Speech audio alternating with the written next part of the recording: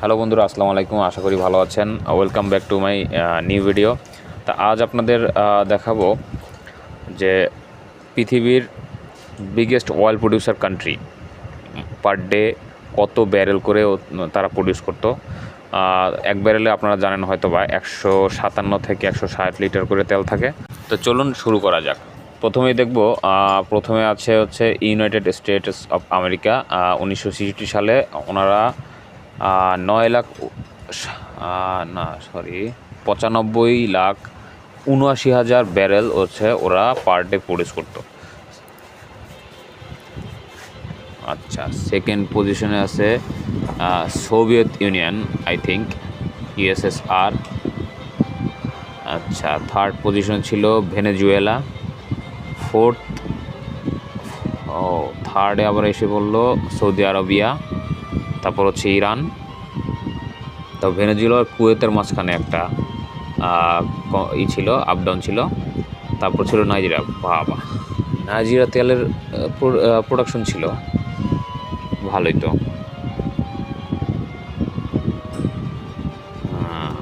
Russia দেখা গেছে আবার উপরে উঠে গেছে। আমেরিকা হচ্ছে নিচে। সৌদি আরব ক্রস করবে আমেরিকাকে। এই তো সৌদি আরব 2 নম্বরে।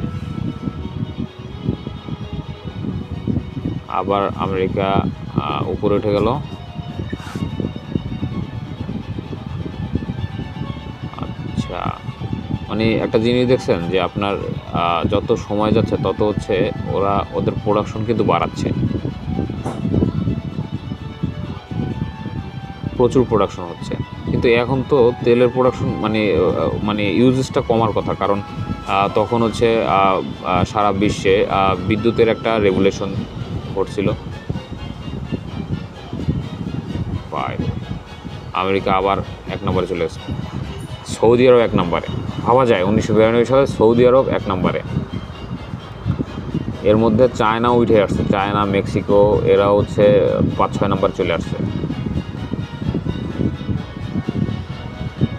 আচ্ছা, দেখি চায়নার নিচে আছে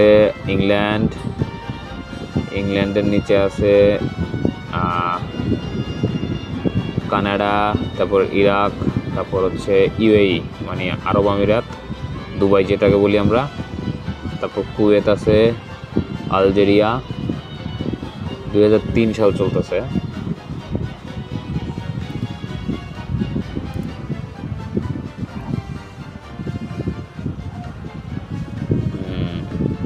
সৌদি আরব লং টাইম ধরে হচ্ছে কিন্তু 1 নম্বরে ছিল।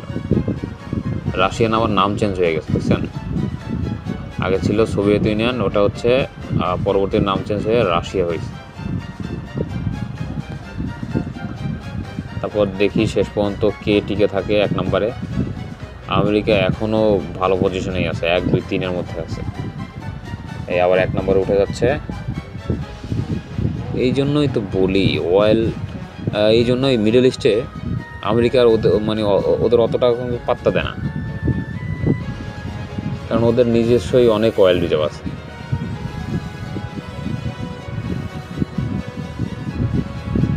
আহ, 2020-এ আমেরিকা 1 নম্বর। আচ্ছা, তাহলে মিডল ইস্টে এখন শেষের দিকে এখন দেখি মিডল ইস্টে কোন কোন দেশ ছিল। সৌদি